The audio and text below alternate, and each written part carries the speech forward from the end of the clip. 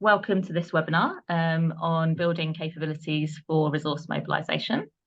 I'm Esther from the HLA, and I'm co-hosting today with Ala Albacour, who's from Violet Syria.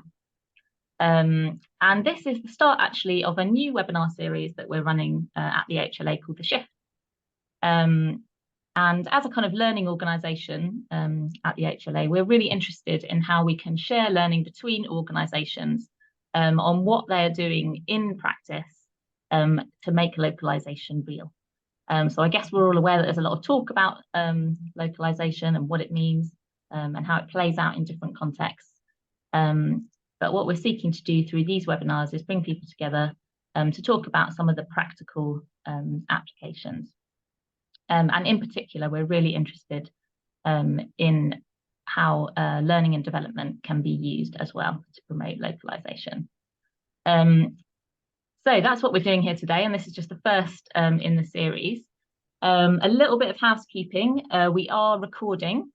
You can turn on captions if you want them. So if you click down at the bottom of your screen, there's 3 little dots where it says more, and you should have the option to turn on captions. If you want to do that. And also just to let you know that we will be taking questions after the presentations today. And we'll also be sending out a handout after the webinar with kind of key points and any resources that are shared. So don't feel like you need to scribble away and take too many notes.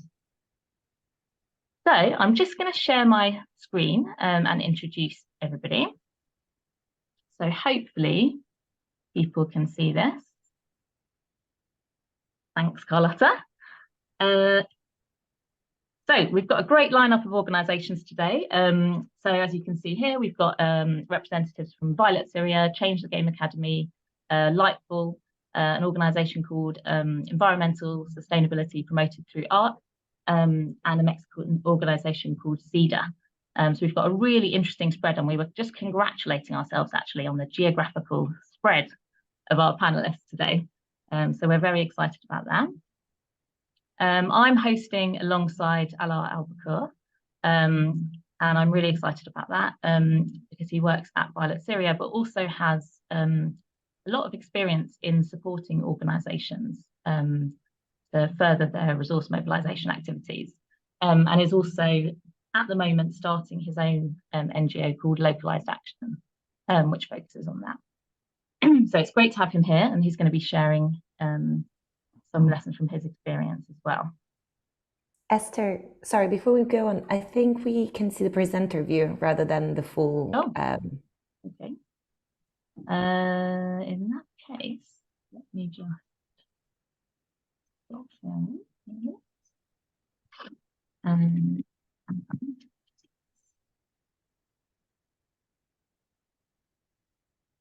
Thank you, Carlotta, for that.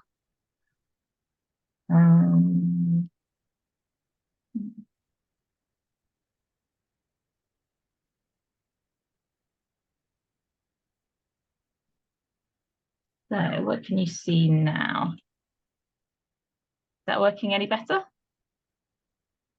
Yes. Lovely. Okay. Thank you for that. I didn't have any embarrassing notes on my slides, but you never know, do you? So that is really helpful.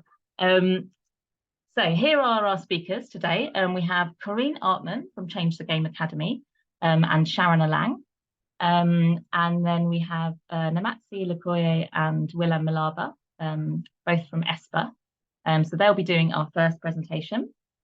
And then from Lightful, we have Carlotta Kielastri and Roisin McGovern. And from their partner PSYDEH, we have Andrea Ishita and Katie Freund. And I'll just take you briefly through the agenda. So we're doing our welcome and introductions now. And of course, getting through some little technical hiccups and things. We're going to do a little bit of an overview on why we've selected this topic. And I'll be handing over to Ala as well for that. Then we're going to have our first presentation from Change the Game Academy and ESPA. And they'll be focusing on how you can really kind of mobilise your networks and prepare your organisation to raise funds. So thinking about all the things that your organisation needs to have in place in order to become a resource a resource mobilization organization, thinking about things like governance, the type of roles that you need in place, the type of resources that you need available, and all those kinds of things. Then we're going to have a presentation from Lightful and PSYDEH, taking a slightly different angle. So thinking more about how, as an organization, you really kind of establish your credibility. So how you create and establish your digital identity, so that people can find you online and understand easily what you're doing, and how you promote yourself using digital channels. So really looking forward to hearing about that as well. And as mentioned, please do save up your questions for the end. Feel free to type them in the chat as we go along, and then we'll have a chance to get to those at the end. So a little question for you all, for people to have a guess at. What percentage of total international humanitarian funding goes directly to local and national organisations? So have a stab at that and type your answer in the Q&A, given that the chat seems to be disabled. Let's see what people think.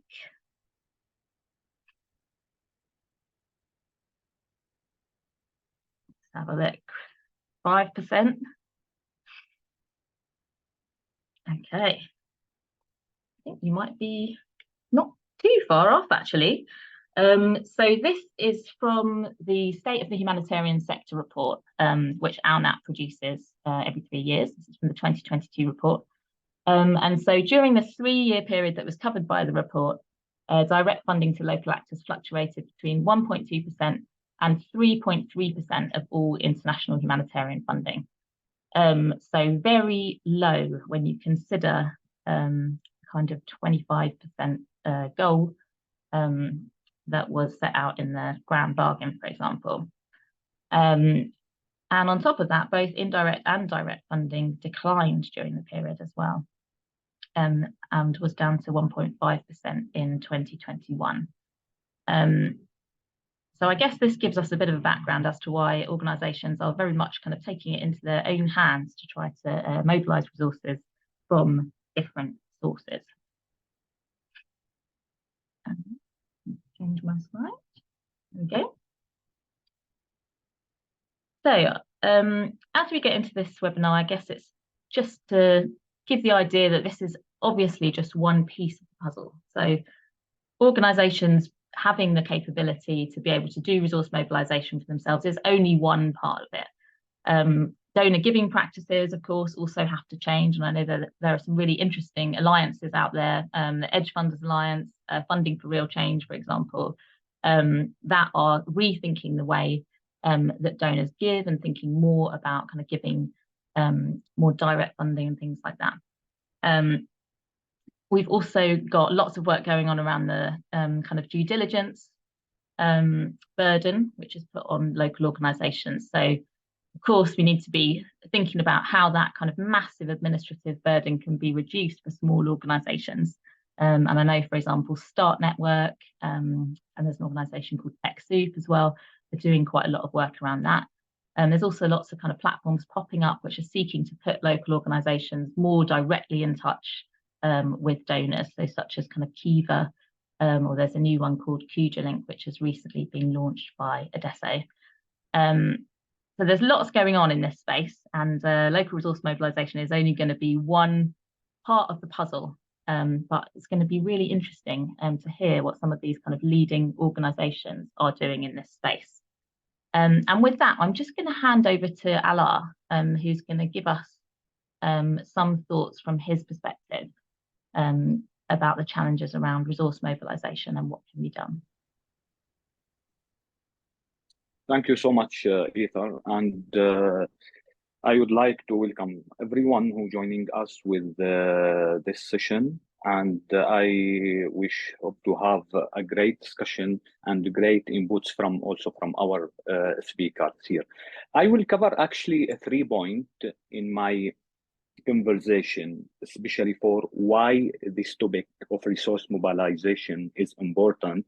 And also I would like to speak a bit in our experience in in this topic. Then, based on also our experience, would share some challenges and barriers faced by resource mobilization. As everyone know, resource mobilization is one of 5 elements of the humanitarian program cycles. Besides need assessment, strategic response planning, implementation, and operation review and evaluation. But why we are considering it is very important. I mean, for the resource mobilization, it is very important for many reasons. The first one, to gather the needs and emergency response for any crisis, for any emergency situation. Secondly, to ensure all the activities in the response are to ensure all the activities in the response plan are well funded, and for sure to raise the public profile of the crisis to donor, and maintains an ongoing dialogue with donors on the evaluation of needs, results achieved, and funding surface in this area. Surely, resource mobilization is becoming increasingly relevant to all organizations across the world in the context of expanding funds or for more sustainability, declining resource flows, and greater demand for accountability, because it is very important, this topic under resource mobilization, for also for more accountability. While it is recognized that there cannot be one size fits, as everyone know, there cannot be an one size fits all approach, and that different organizations need to mobilize resource in different ways. There are some commonalities that pertain to all organizations, because now all the organization, I mean, for the local organization, national organization, donors, INGO, speaking about resource mobilization.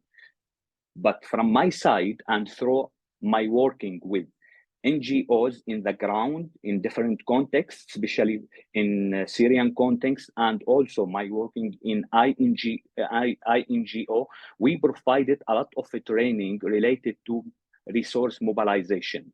But to be honest, on the one hand, it is just theoretical, and we must find a good and relevant solution that contribute to giving priority to communities in leading the response and mobilizing resource, and also in other hand, given the long action taken by donors. Here I mean, for any crisis, unfortunately, we have a long process taken by the INGOI donors, like the earthquake, for example, the earthquake that happened in Morocco, in previously Turkey and Syria. The humanitarian mechanisms for this response take a long time to respond, and we have a lot of people under building, a lot of people in the road, a lot of people their needs increasingly every day. But unfortunately, as I mentioned, we have a long process for any resources, for any fund cased by this crisis. So we should, or there must be good way, especially in the area of capacity building for the community and national, local, civil society organization to mobilize resources and lead activity themselves. Here, we let us speak about capacity building for local organization and how they can lead the resource mobilization to cover their need, to cover all the activity they needed in this response. In the Syrian context, we depended on mobilizing community resources such as youth volunteer to ensure funding run smoothly, and that helped us to start the response and to raise the public profile, share everything with donors, share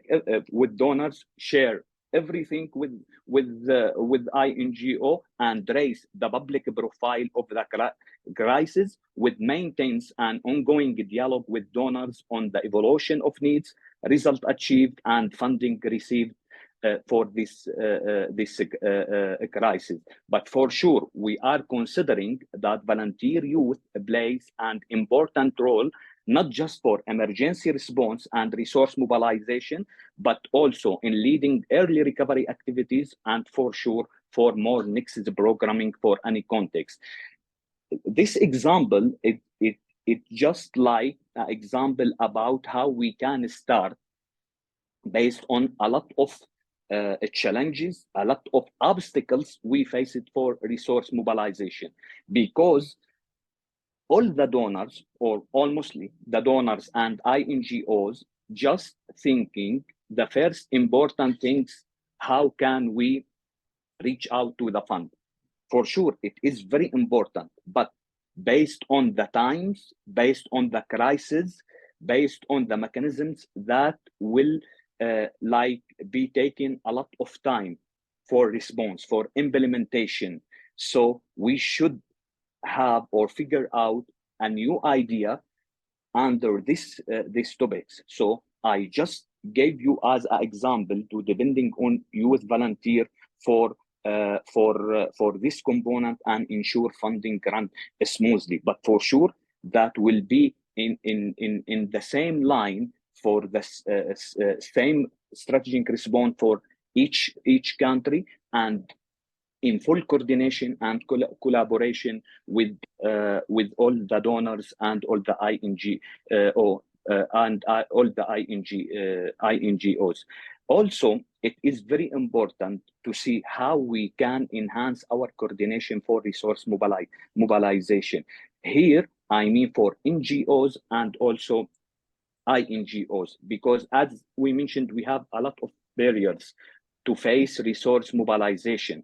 And we can say we have two levels here. The first one from the local CSOs or local NGOs, and the second levels from the INGOs. So if we want to speak about that for local NGOs, we can say lack of resource mobilization strategy for the civil society organization and NGOs. There is no formal, no comprehensive organization-wide strategy for resource mobilization. So how we can build our resource mobilization without any strategy, although there are policies and procedure in place, but they don't have anything like a formal and comprehensive of resource mobilization strategy. Elaborating a strategies helps to avoid. Can I just ask you to bring it to a close in about a minute, just so that we can move on to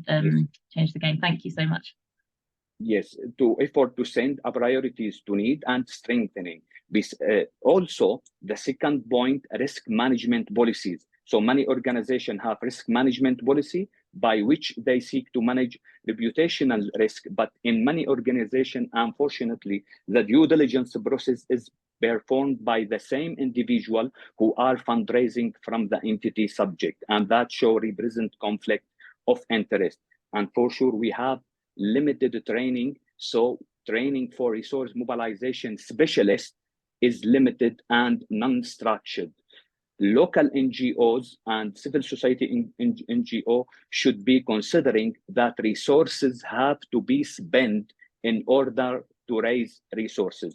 And this sentence is very important. Resources have to be spent in order to raise resources. And last point, donor behavior, and that based on the change in the financial situation of the donors globally, and reduce interest in and resource for certain country, reduced number of donor in a country, change in donor priorities for those country. Based on that, we will discuss and we will hear our speakers about this point and other point they operating on their company and their NGO in under this topic for resource mobilization.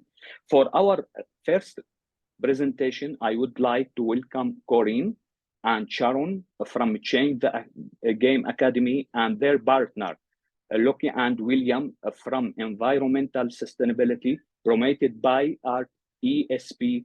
You are welcome, Corinne. Over to you for the first discussion about your area and the resource mobilization.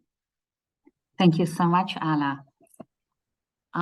Yeah, I'm really thrilled to be here. So thank you so much to Esther and Ala from the Humanitarian Leadership Academy for inviting us. It's really wonderful to see so many of you from so many parts of the world. Sharon and I were going to have a virtual coffee, or perhaps at your in your time zone, a cup of tea is better. But you know, she and I, we know each other. We're based in different countries. Sharon is based in Kenya, in a rural part of Kenya, and I am based in the central part of the Netherlands. But we are going to have a cup of coffee and talk about this whole issue of resource mobilization and take it to a very practical level.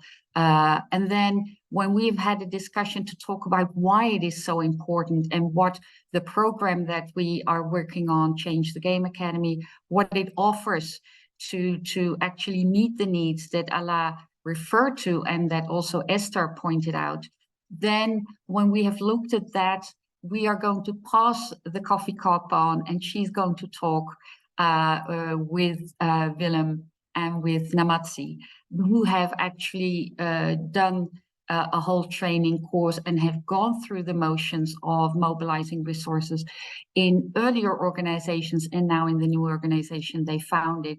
And they will talk about the impact that it has had. So that's what we are going to do in the next 25 minutes. We're going to try and be super strict about timing, and if not, I'm sure Esther will guide us and tell us so. So Sharon, we've seen a bit of pointers on statistics. We know that there's a huge need for resources, but we also know that for many people and organizations, it's quite challenging. Can you tell us a bit about the why this program, Change the Game Academy, has been set up to offer trainings on resource mobilization and on lobbying and advocacy? We are talking primarily about the resource mobilization part here in this context. Why has this been set up? You're muted, dear. Thank you so much, Corinne. And my name is Sharon Olang. I am a master trainer with the Change the Game Academy program. I have been supporting the program for 7 years now. This is my 7th year. So just to give you just a background of why Change the Game came to be. So some of the reasons was because a program was implemented by the different partners of Violet A.C. Foundation. And in that process, certain issues came up, things like emerging issues around access to resources, capacity issues, mindset issues, where we do not believe that we can do it with the resources that we have. Somebody else has to come in and support us in that process. But also, who is the driver within our change initiative? So those were some of the concerns that emerged, and that is what informed Change the Game Academy program. So the objective was that the program would enhance the capacity of organizations with limited or have no knowledge around resource mobilization, lobby and advocacy, and also are experiencing issues around their internal systems. So Change the Game Academy was to help them to reflect around that, but also to start thinking of how does the future look like for us? How can we start appreciating the resources that we have? And how do we equip our teams to be able to do that? Then the other thing was around the mindset, where we believe that somebody else has to come in and support our initiative. But we realize that if we start looking inwards, then we can start the journey as we look for other stakeholders to come in and support us. Great. Yeah. And so the slide that is put up, it talks about what the end goal is of this program. It is not so much to train because of training, but actually to empower local community-based organizations, right? And you pointed out it's very much at a grassroots level that these trainings are being focused, and to empower those organizations to actually lead from the local community their own development. Now, as we've looked at the why, and I think many of us will recognize that huge need across the world, and many organizations are funded by a handful of donors rather than by a broader group. Can you talk us a bit about what the training program then looks like in practice? I mean, how is it done? How is it set up? Thank you. So Change the Game Academy is currently implemented in 15 countries. And in all those countries, we have a team of trainers who support their communities, because every context is unique. So we have a team of trainers in every country that partners with Change the Game, and they become the team that offers the support that is needed at that level. This course follows a 6-month program, which is divided into 4 first modules. And the organization comes into a face-to-face training where they get the basic knowledge and skills. And then after that, they go back home to apply the knowledge and skills that they have acquired. And the good thing about Change the Game Academy is that you receive follow-up support, because we learned that just offering the training and letting the organization go and figure out how to integrate that was not working out well. And considering the organizations that were coming on board, those with limited or basic knowledge, limited or no knowledge about the 3 subjects that we are focusing on, then the follow-up support helps them to anchor this into their programs, into their community, and also as individuals to learn and start integrating this in their everyday work. So after that, we have the practical skills, where we have partners who offer grants. For example, in Kenya, where we have Kenya Community Development Foundation offering grants. And most of the participants who go through the Change the Game Academy get the opportunity to apply for these grants, which is part of the practical bit of it and application. So they are able to apply for grants that allow them now to implement the programs that they are doing, but also to apply the skills around resource mobilization, lobby and advocacy, and also to reflect on their internal systems as they implement the Change the Game Academy programs. So since its inception in 2014 and its real start in 2016, thousands of organizations have been trained. And here you see the sequence that you refer to. You have not only worked within the Kenyan context, but also as a master trainer in other parts of Africa, even in other continents, to train for this and to develop other trainers again. Is there a common thread that you have seen on the impact that the program has on communities that you've worked with? Corinne, I'd just like to refer to some of the points that Ala mentioned earlier around organizations not having strategies and things like that. So if you look at Change the Game Academy, after the training, the expectation is you go back into your organization and you integrate the knowledge and skill. And one thing that Ala said was around lack of funding strategies, lack of policies to guide how resource mobilization or lobby and advocacy works within those institutions. So one of the things that we have seen after the training is the first point is to reflect with your organization.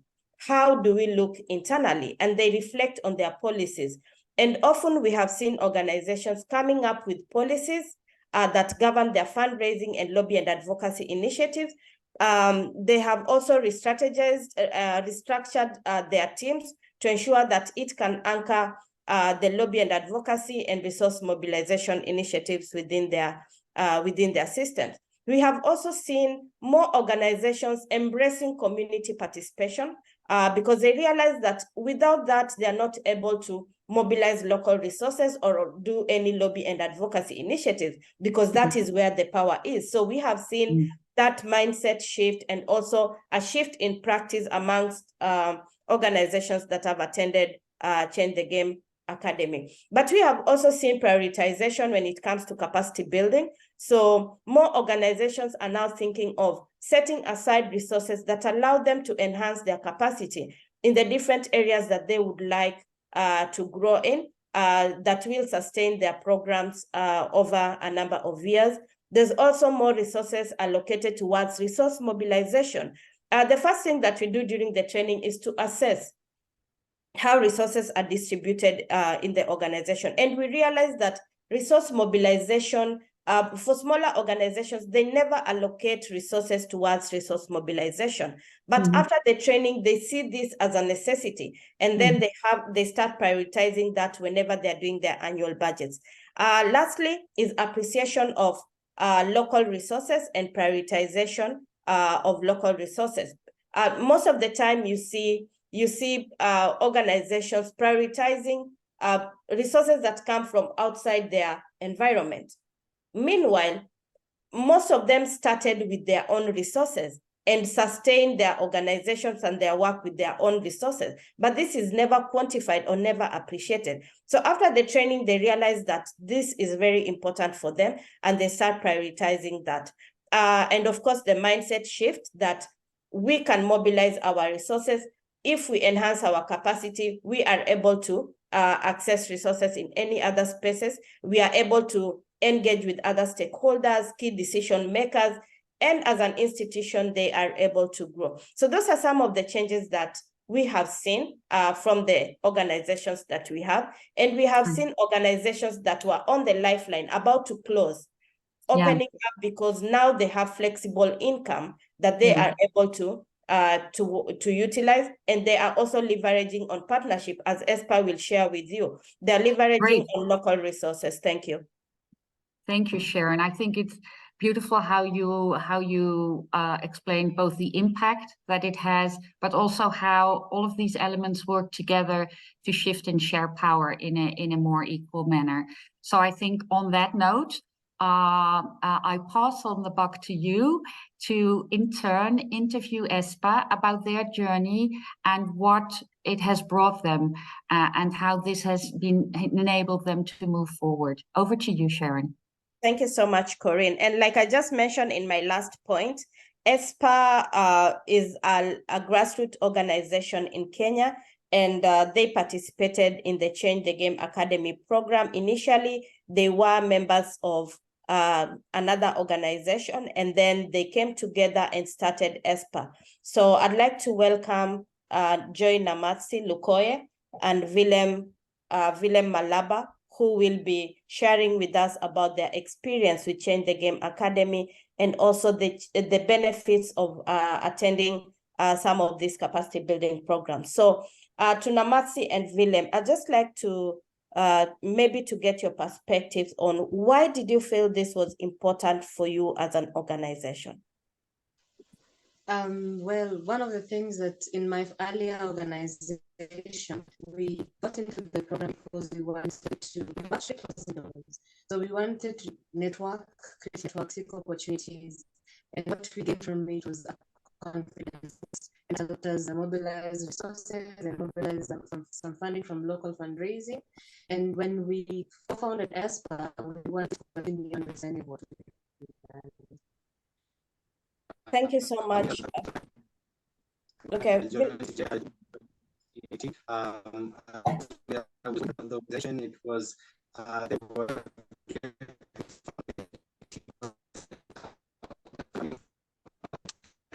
how can this organization sustain the funding from abroad and stop the whole organization could collapse? So we we had to look at how do we work towards a sustainable growth. And in order to do that, we need to engage with experts in the field of local resource mobilization so that we could broaden our knowledge and be able to work towards a sustainable situation for the organization.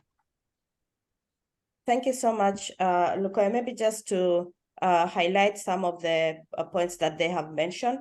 It's important for any partner who comes into Change the Game Academy to reflect on why is this important for them and what is the change that you would like to achieve at the end of the day. Also, as you identify people who come in, are they people who can support the organization to initiate the change process, which includes supporting your system to reflect on the resources that are needed, to engage with other stakeholders, and also to embrace community participation.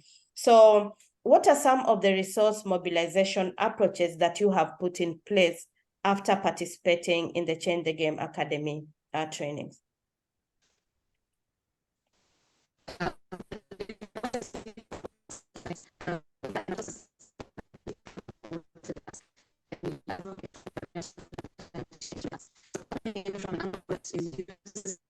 Oh, having some trouble hearing, unfortunately. I'm not sure if you're slightly too far away from the mic or if it's just the poor internet. Try again. Because a minute ago we did hear you quite clearly. Can you hear me now? Yes. Yes, that's better actually. Yes. Okay, so well, one of the approaches was creating in terms of having the artists learn about sustainability by partnering with the stakeholders who are experts in the field, and also aligning ourselves with the policy maker, and that is the National Environmental Management Authority. Also getting in line with the business community, the hoteliers, people who use this waste and plastics, and also within the government, so that we're able to approach schools so that our project is able to move. So one of the things that this approach is, we are a small organization that doesn't have funding, but as Sharon said, leveraging on partners has enabled us to do routine events as well as be represented in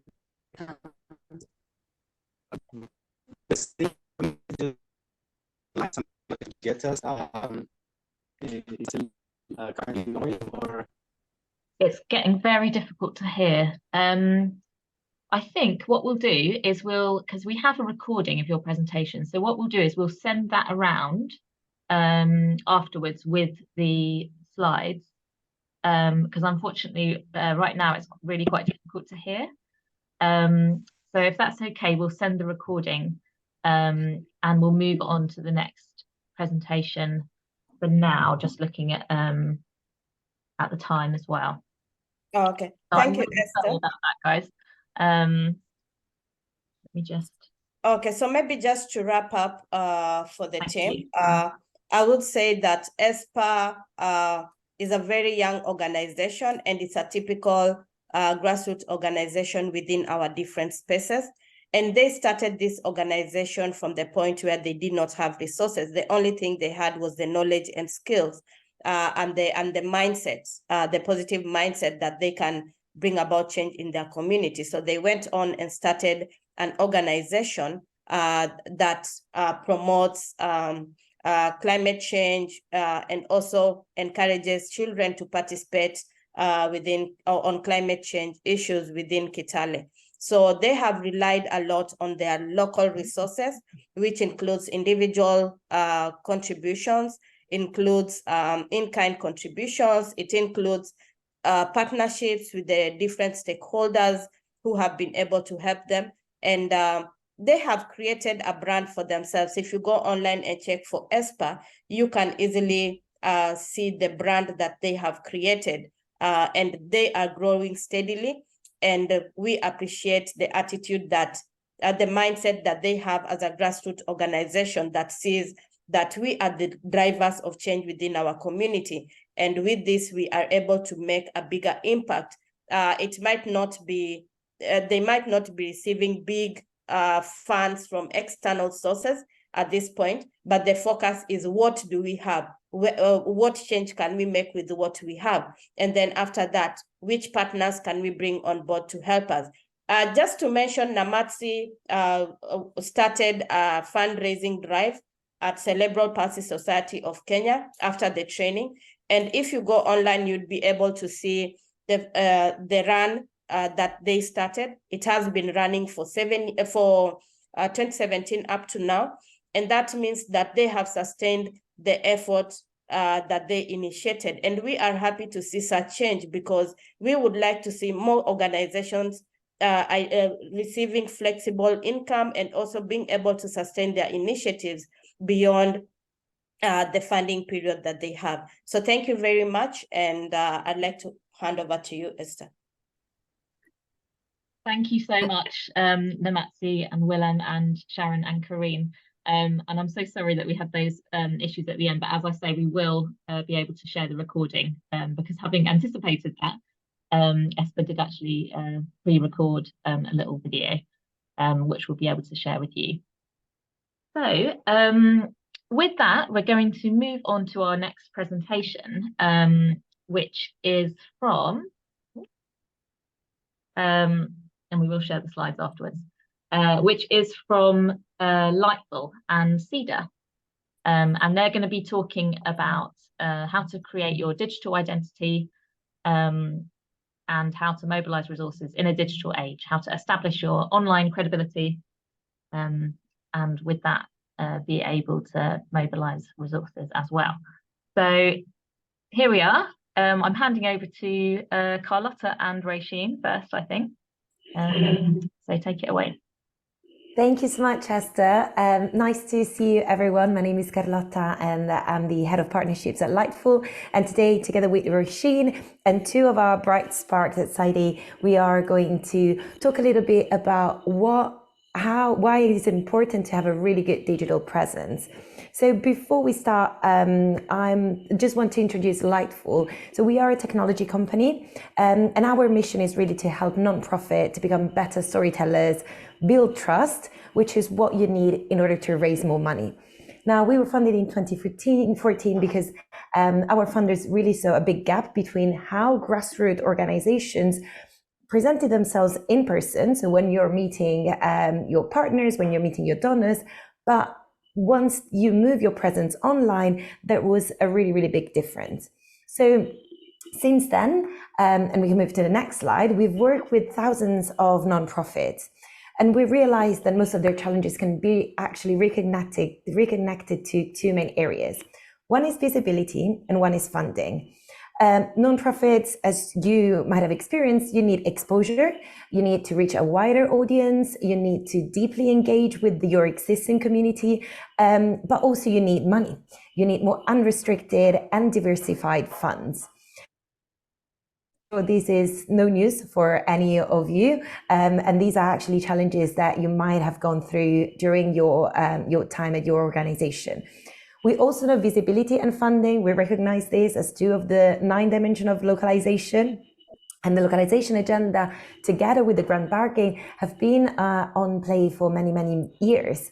Now, unfortunately, the results have been not as great as expected. Now, what we believe at Lightful is that technology can really play a huge, huge role in advancing these agendas.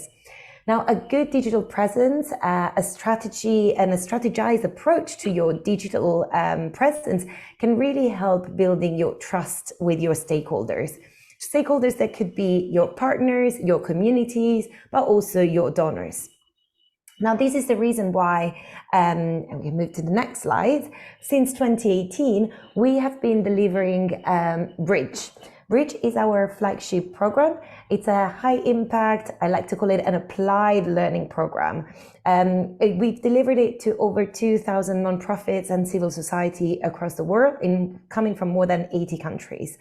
It's a program, the acronym stands for Building Resilience in Digital Growth and Engagement.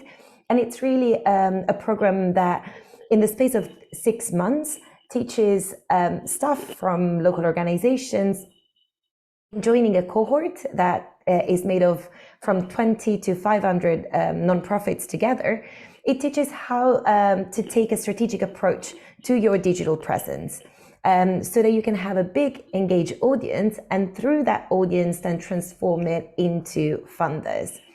Now, when I say it's an applied learning program, it means that you apply what you learn during your day-to-day activity. And actually, it was great to see Change the Game presentation and their approach, because it's very much similar. Roche is going to go a bit more in depth into what is the methodology and what are the different areas that we apply during the program. But actually what we want is that during the program, as you learn new skills, you actually apply it, so that in the space of 6 months, you can see results. When I'm talking results, I'm talking audience growth, audience engagement, and actually raising funds.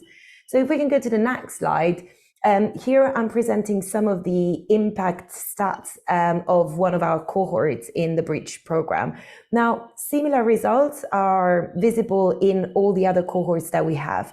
Of course, each organization is different, and you'll hear it from PSYDEH directly how the program impacted them personally. But we want to work with each organization to make sure that they have the ability to be more resilient in the long term, even with just a 6 months training. Now, to give you an example, one of our latest cohorts was focused on public health and cancer prevention in globally. One of the organizations that came to this cohort came from Nigeria. Now, in 6 months, they completely digital media and their social media especially presence, and they engage with more donors through LinkedIn and through their storytelling through their social media. Now, this made possible the fact that they were more visible to a new donor that actually provided to them 10 million naira to cover 75% of a big program they had in place to prevent cervical cancer.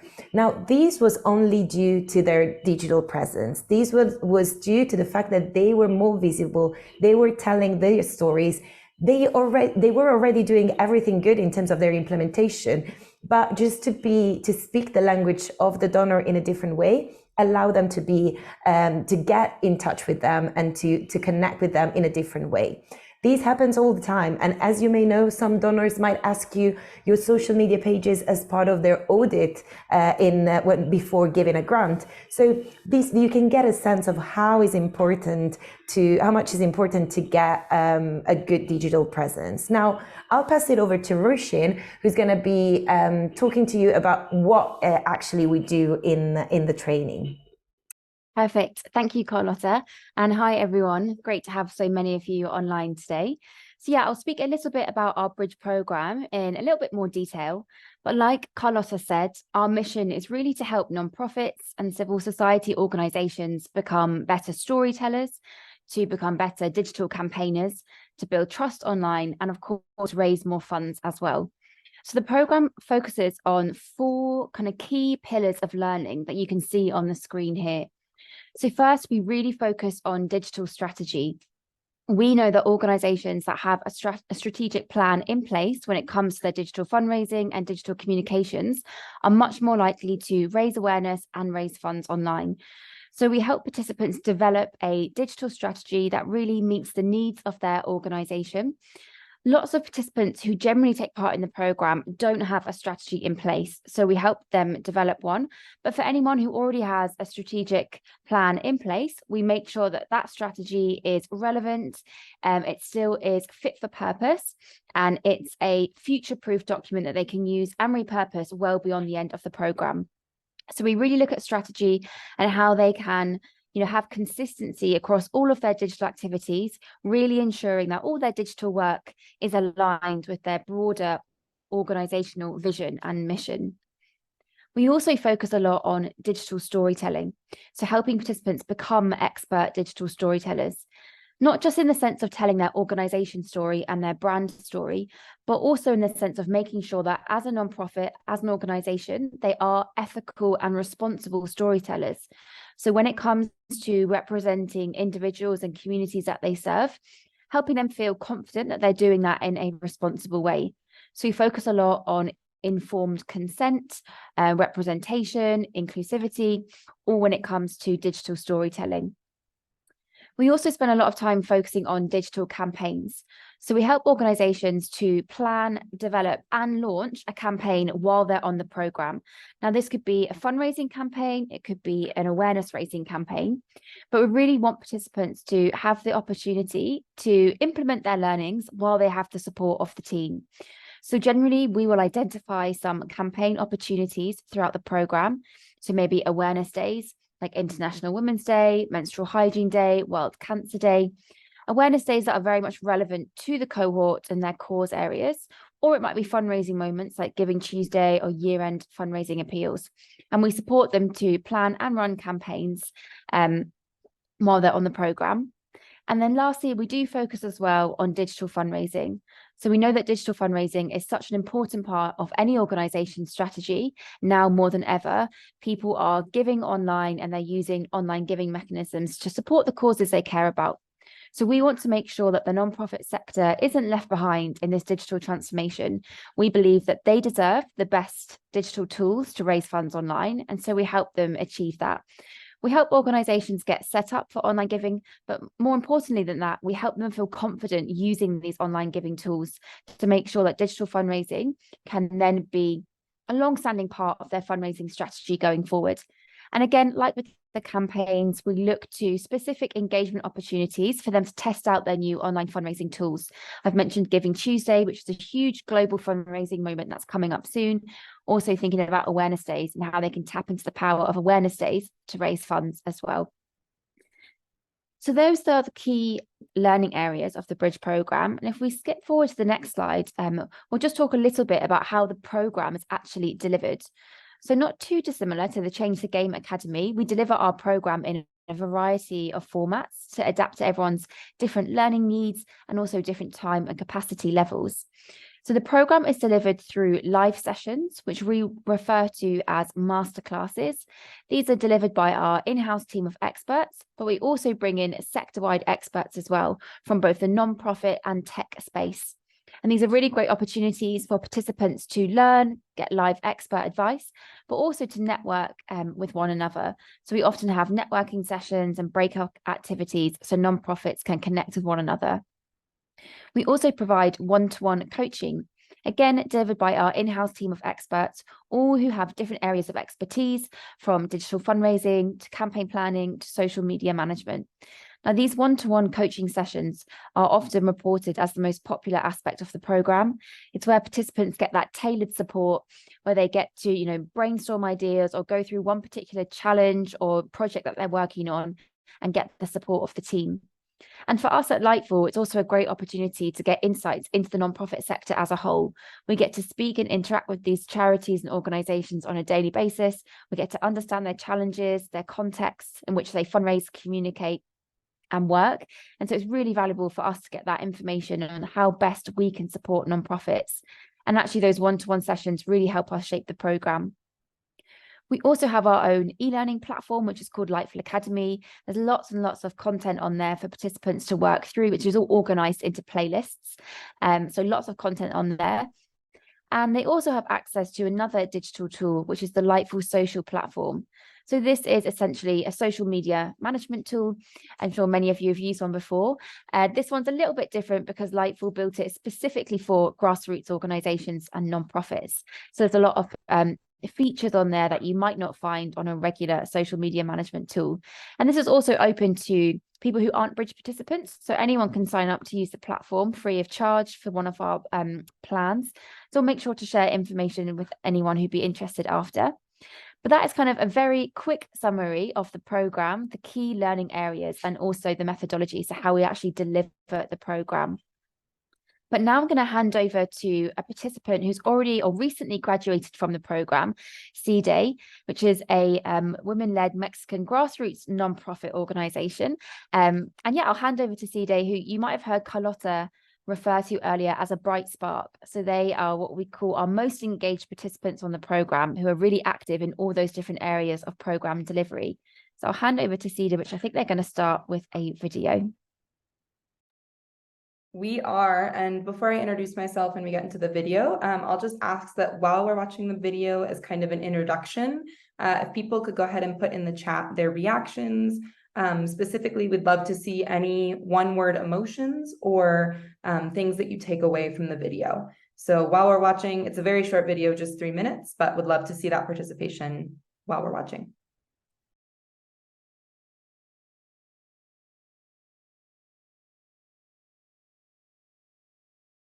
I think we need to make sure audio is enabled.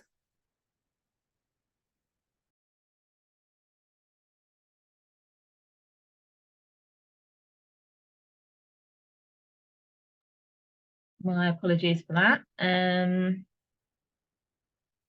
I need tips from the floor at this point.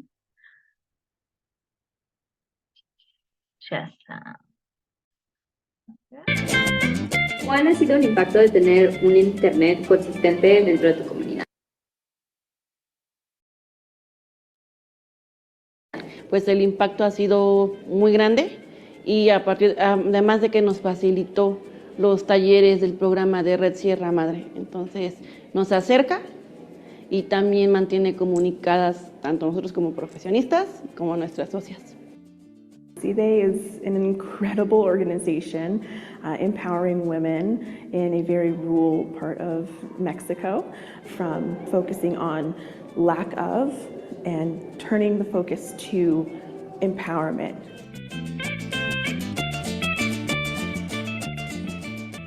He descubierto en mí que puedo ser alegre, de que pues una mujer no solo tiene que estar en la casa, tiene que echar tortillas y atender el marido, que también una mujer puede salir adelante.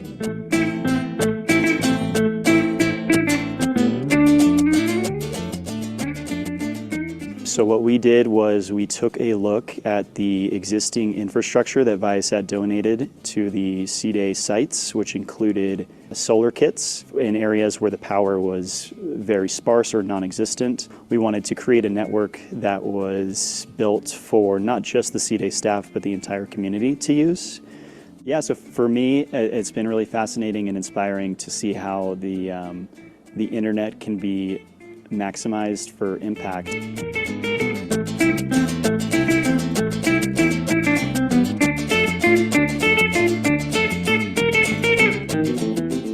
Pues para enseñarles a valorar el trabajo que uno hace, a ponerle precio a nuestro trabajo, y porque PSYDEH sabe que la gente que trabaja en el campo o la gente artesana, pues como mucha gente no estudió, no tuvo estudio, no fue a la escuela, no saben hacer cuentas para sacar a vender el producto. I think it's super important that companies put their money where their mouth is, so to speak, and Viasat has allowed so many of us to make a difference, and I think it's incredible. 3, 2, 1.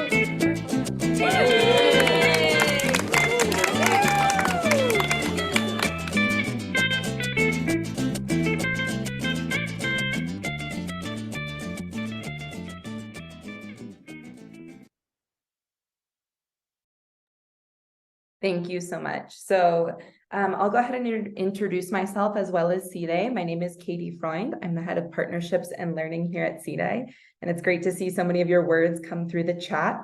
I'll give a quick introduction and then I'll talk a little bit about the video and about our digital storytelling journey.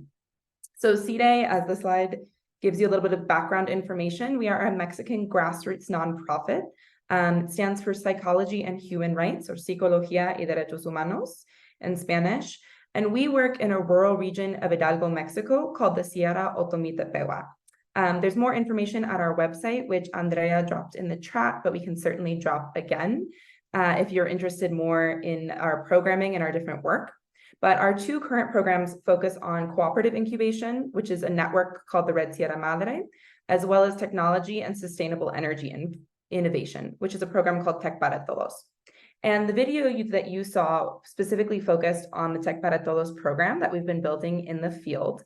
And the reason we wanted to focus on that today is because we want to talk about our digital storytelling and about how we build these relationships across a virtual divide. So one of my favorite parts of my job is that I get to connect the work that we do locally in the field with a global group of collaborators and partners. And one of the main ways that we do that is through digital storytelling.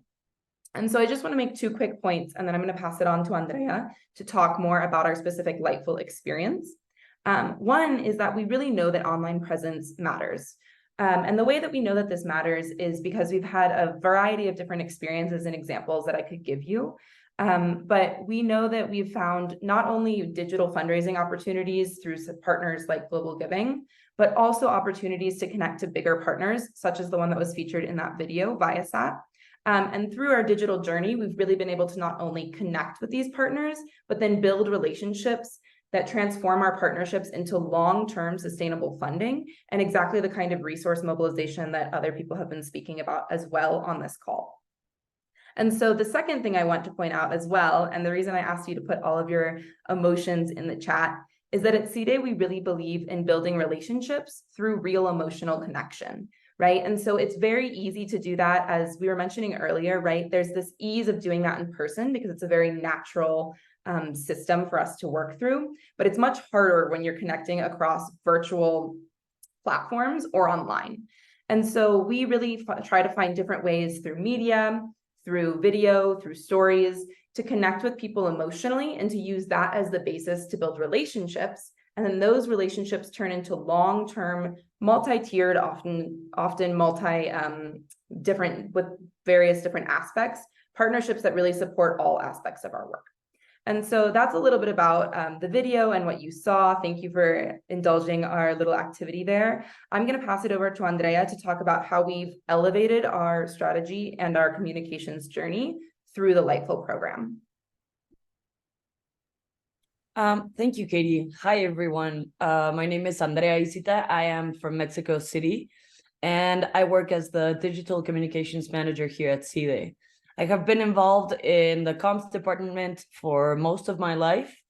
And in PSYDEH, I am responsible for creating, implementing, and overseeing PSYDEH's online and offline communication strategies involving social media, community engagement, online advertising, website management, reporting, the effectiveness of the strategies, among other things.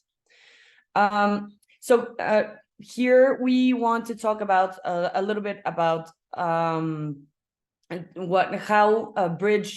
the bridge program from Lightful has helped us develop and tweak and be better at different aspects of our comms experience in general. So if we can change the oh, there we are.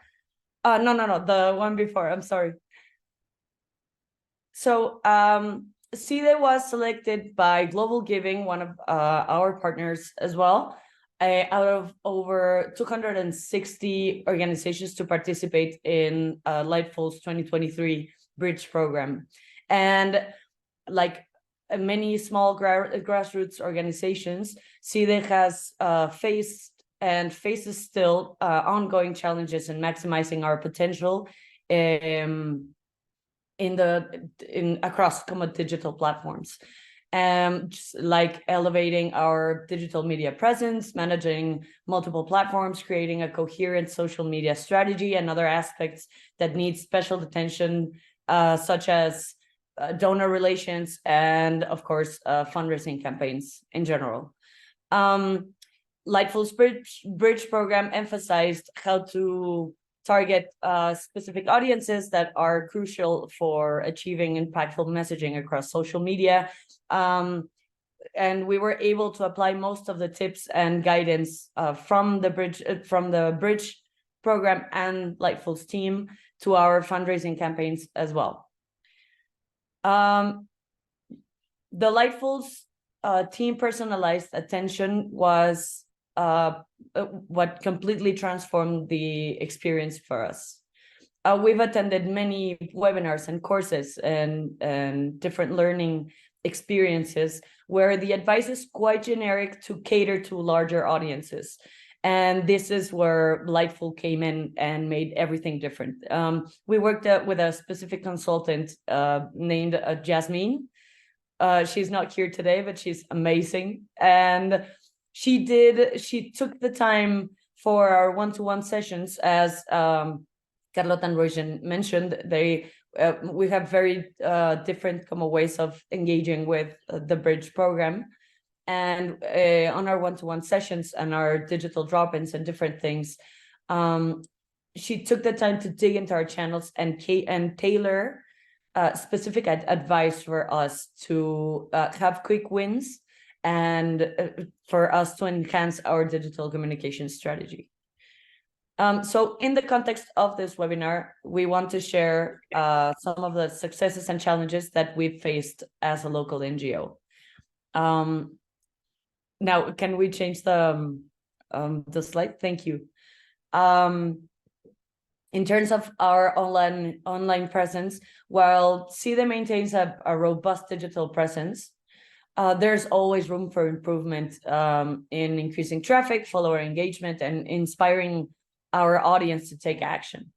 So another thing is managing multiple platforms, such as social media, email campaigns, and website updates pose a challenge in terms of time management and content consistency. And one of the most tangible results that we had in a span of 3 months was the increase of 8.1% across all of our social media. And this was when we started implementing the guidance that Lightful's team and the Bridge program offered us.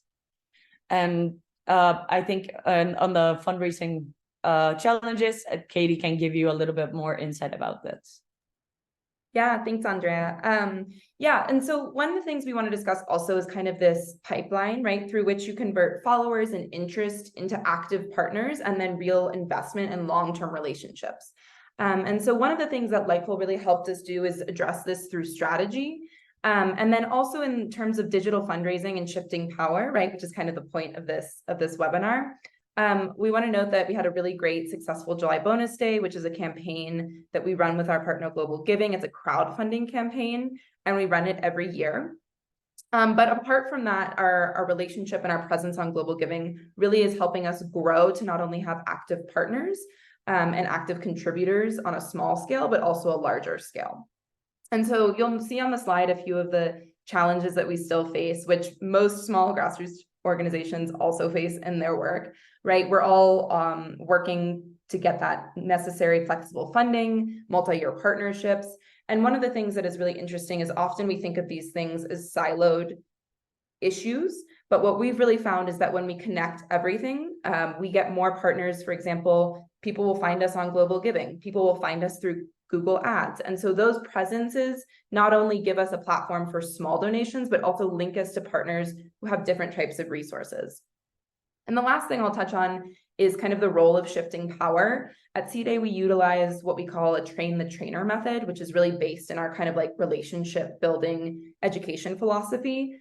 And so the Lightful program has not only helped our organization to grow our social media presence, but also to think about the ways that our women partner cooperatives utilize social media and online presence and their platforms. And so we've also passed down a lot of the strategy and tips that we've used to them.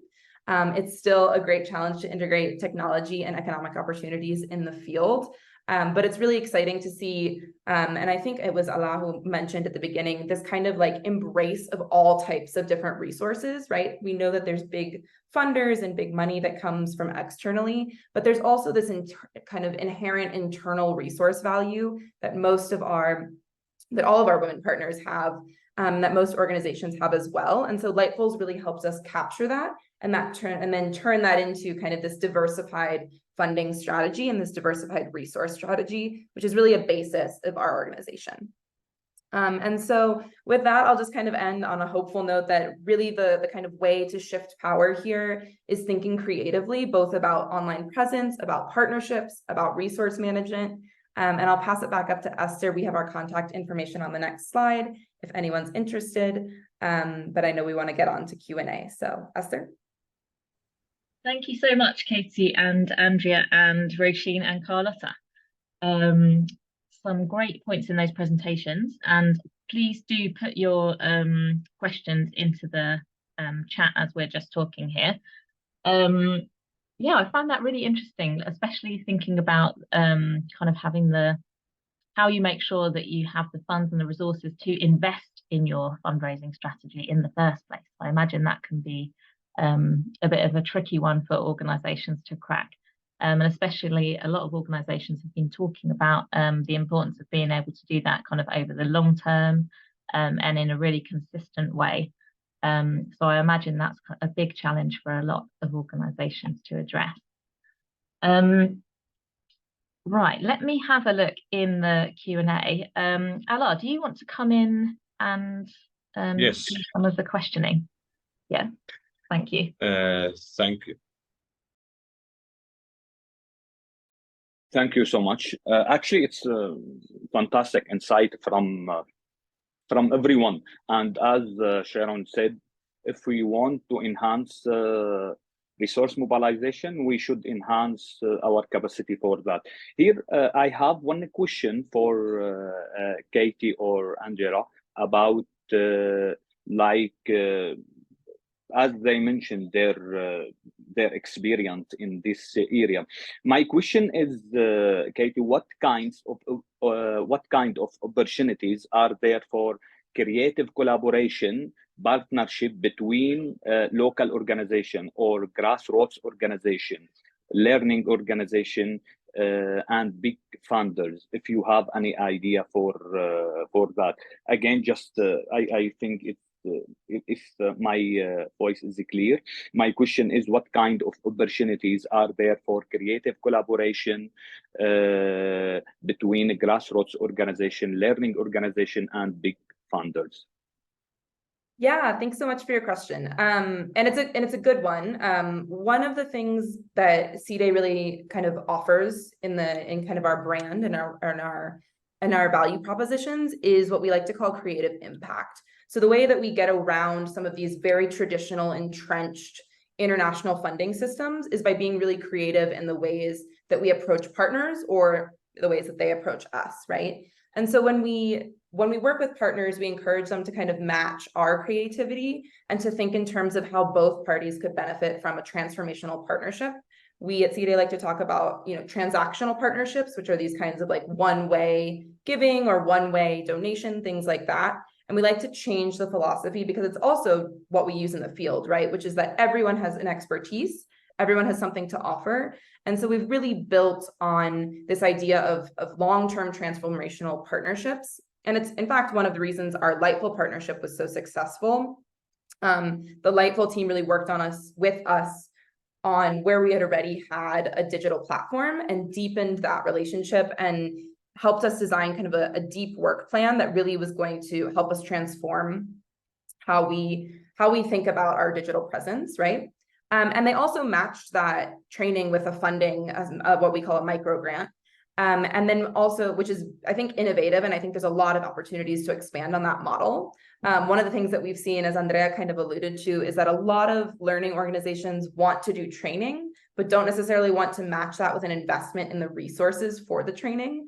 And a model that we've employed at PSYDEH and then encourage with our partners as well is that if we're doing learning and training, that there should be an investment in the organization to continue doing that work on the long term. And so that's just one of the ways that we've kind of reinvented how training and learning can be matched with investment in our longer term work.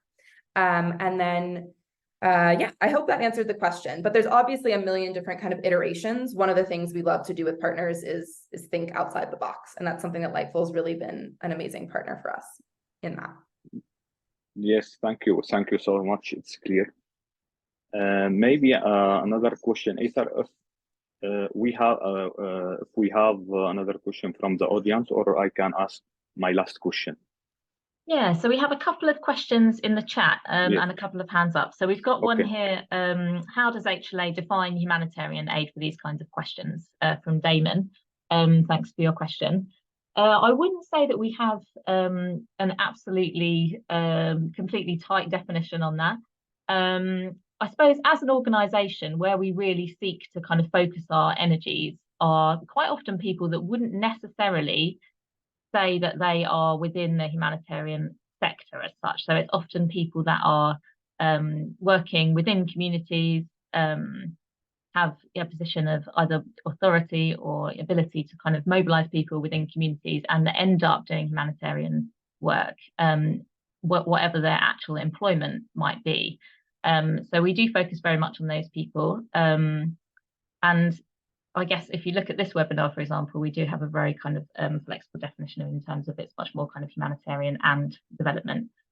Yeah, but I guess as an organisation, we really assume that people almost kind of self-identify, I guess, as humanitarians.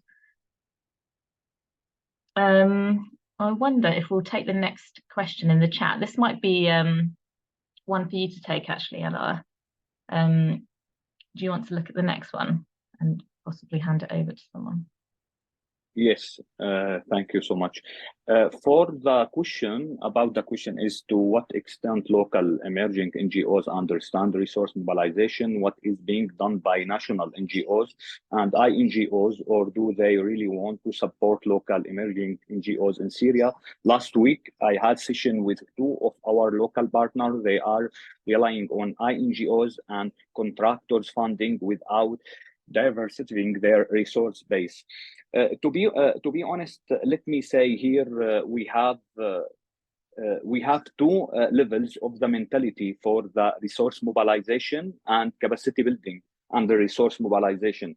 The first levels for the INGOs and donors, and the other levels for the NGOs, and we have a huge gap between, unfortunately, between both.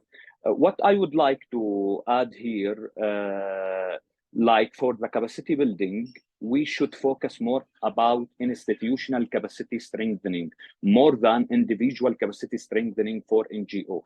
Because if we want to like have a mapping about this initiative, we see the INGO and donors just focus in the training based on the gap for the project, and the gap based on the funds for their partner, and I mean here for their partner from the local NGO. So we should focus more about institutional capacity strengthening in parallel with the NGO's identity, more than project requirements and project indicators, project log frame, because by this way we can push the NGOs to focus more about their sustainability, their resource mobilization, and have more partnerships.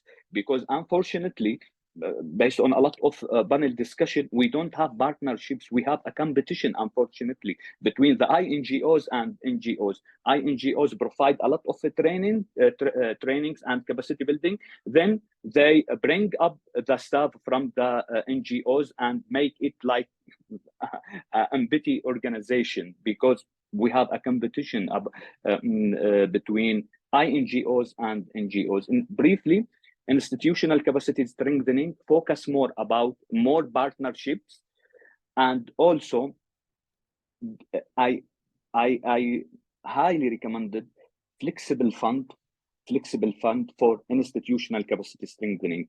I mean here not just the training, like we should have learning in the practice for a grant just to strengthen their capacity, like to have equipments, to have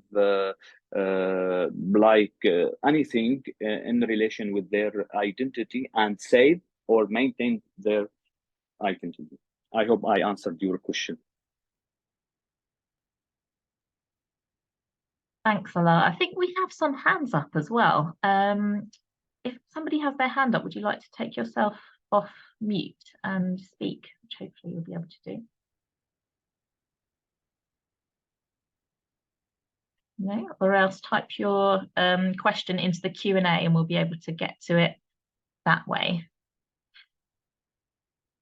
Okay, I've got a question, which is does anybody feel that they've experienced any challenges with unrestricted funding? Now, I'm just talking as somebody here who has always worked in the NGO sector, and I'm kind of aware that we tend to get into the habit of having our activities quite determined by what we have agreed with donors, and we're very used to that kind of cycle of basing our plans around what we've committed to in terms of donors, and then doing all of our planning cycles really around that. So I'm just quite interested whether anybody finds that they experienced any challenges as a result of receiving unrestricted funding, or what kind of organisational changes you have to put in place. Maybe this is something that a problem that we wish we had. I don't know.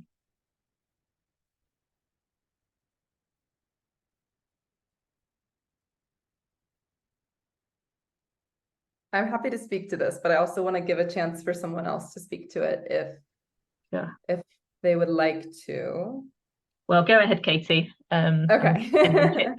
It's a great question, and I do think I think you're exactly right in some ways that, you know, too much unrestricted funding is a problem that most organizations wish they had.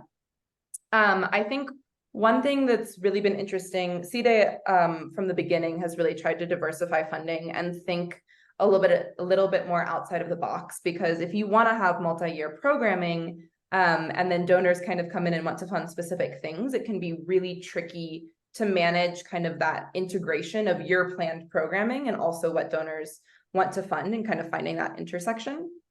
One thing that we've found is really kind of, again, kind of working creatively to find those overlaps. I agree that unrestricted funding is a challenge in some ways too, because it takes you out of that cycle of kind of like getting a fund and you do the project and then you move on. But I think it's also an opportunity for organizations to really hone in on what they do and what they want to do well, and kind of really making sure they have a strong theory of change.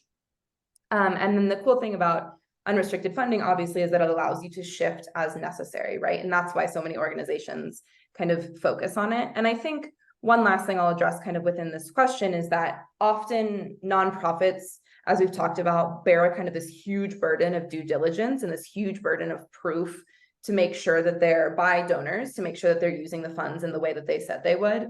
And I think it's, and I, for obvious reasons, right? People want to make sure that their funding is going to a place that makes a lot of sense.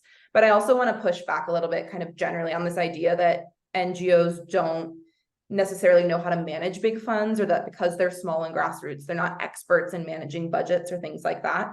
I've personally worked with some really incredible, especially our small cooperatives, women who know how to manage these funds kind of innately because they've always worked with creative ways with resources.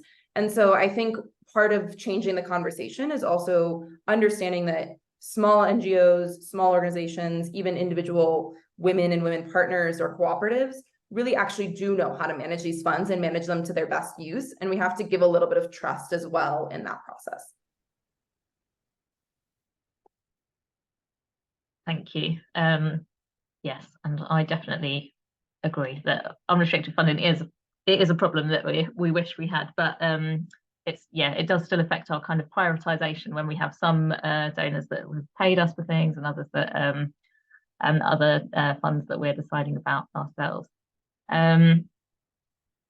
So sorry, I was slightly distracted there because I realized that I could not take people off mute for some reason. So if you do have a question, please just type it in the Q&A. That would be great. But I know we only have a couple more minutes. Alaa, do you want to ask your final questions? Yes, can you hear me? Yeah. Yes. Actually, I want to ask Sharon about the capacity, or Corinne, if they can ask me about our last question. So, especially for staffing and capacity, in addition to developing organizational staff skills, what else do organizations need to think about in developing their own fundraising resource mobilization functions beside the staff skills? If Caroline or Sharon can answer me, or anyone from our speakers. Again, my question, in addition to developing organization staff skills, what else do organizations need to think about in developing their own fundraising and resource mobilization functions?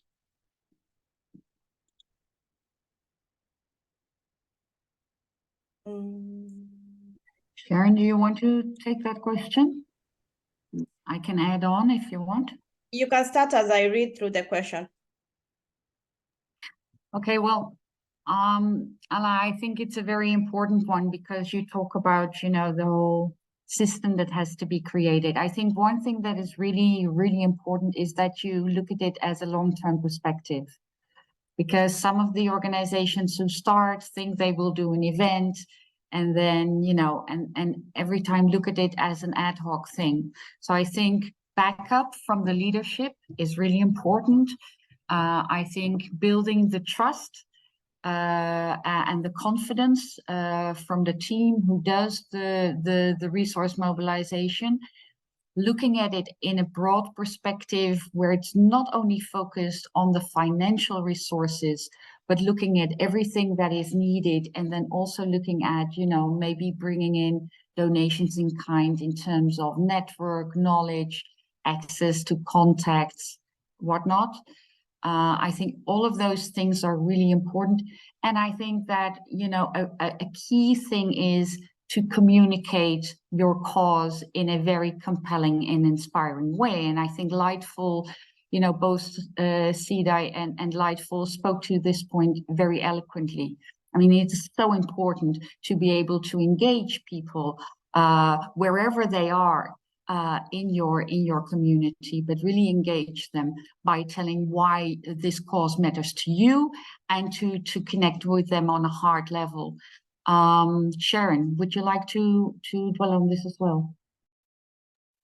Yeah, thank you, Corinne. So like you mentioned, I think branding is very key. That's something that as we look at our partners within Change the Game has really been useful to them. And after they go through the training, then they realize that this is something that they cannot run away from. How do you tell your story out there? And I really appreciate what Lightful has shared with us. How do you tell your story out there in a convincing way, and in a way that you are accountable to your community, but also to the people who are giving you the support? Leadership, involvement of the leadership is very important. So maybe just to give you a story of my experience working with different organizations. Often we offer the training and we leave it to the people who have been trained to go in and figure out how to anchor that. But then we realize that this is a change process. When you do capacity building, you initiate change within an institution. So how does that impact that organization? How do they want to embrace this? Because that is the only way it's going to be realistic, and it's going to be sustainable. So, and it starts with the leadership. So for us, we've seen lots of issues with leaders who are not involved. They really need to be aware of what happens. And that's why Change the Game Academy takes the whole institution on this journey. We start with the leaders, understanding what are we getting onto, how does this affect our work, and how do we support our team as they get onto this journey. And then during the process, we also work with you. So the leader has to be always aware, because most of the key decisions will be made at that level. And if they are not aware of what's happening, then a change is not possible. So making sure that all the team members are aware of what's happening and walking the journey with them, and ensuring that they understand how this is affecting them is very crucial for the organization that we support. The last thing that I wanted to mention is about accountability. The assumption that accountability is only upwards. Probably that's something that institutions need to really change, because starting the Change the Game Academy programs, we realize that if you do not practice accountability downwards, then still you're not going to move things. So it's important that the community that you work in embrace the initiatives that they are building with you, because they are part of this. It is important that they understand the change that is happening, and it is important that they understand how they can participate in this. So accountability upwards and downwards and vertically is very important as we focus on all these elements. Thank you. Thanks, Sharon. Those are great points to end on, the importance of leadership and the importance of a collaborative effort as well, involving the communities that you're working with. So thank you for ending on those. I do see, though, that Carlotta has got her hand up. Do you want to just give us half a minute's worth of roundup? Yeah, I know we're past time, but no, I was just like really happy to hear from Corinne, like the word confidence, the word trust, like it's something that we work a lot as well on, and just to give like the question around, like a question around what else from the skills, building the skills of the individual. What we do at Lightful, we start, like our theory of change actually starts from building the confidence of the individual and getting them, similar to Change the Game, getting like up to 10 people from the organization to build the institutional skills of the organization. So we, in our training as well, we use a lot of tools and like, for example, a digital strategy canvas, so that everything is not just a retained from the individual, by the individual, but actually brought into the strategy of the organization. It's something that all the individuals together bring to the organization and grow that together. Thanks, Carlotta. Right, I think we've got so much to take from this webinar, and we're going to draw together some kind of key points and some different resources that we talked about. Don't worry about kind of contact details and things like that, because we will share everything with you in a handout afterwards. And we will also share the recording, and there's been lots of interest in that on the chat. So from Alar and I, and from all of our speakers, thank you so much for joining us today. And we're looking forward to seeing you at future webinars. We have another one on the 18th of October, which is looking at what are the big trends and global changes affecting the way that humanitarian learning is delivered and resourced. So hopefully we'll see lots of you at that one as well. Thanks very much, everyone. Thank you. Bye-bye.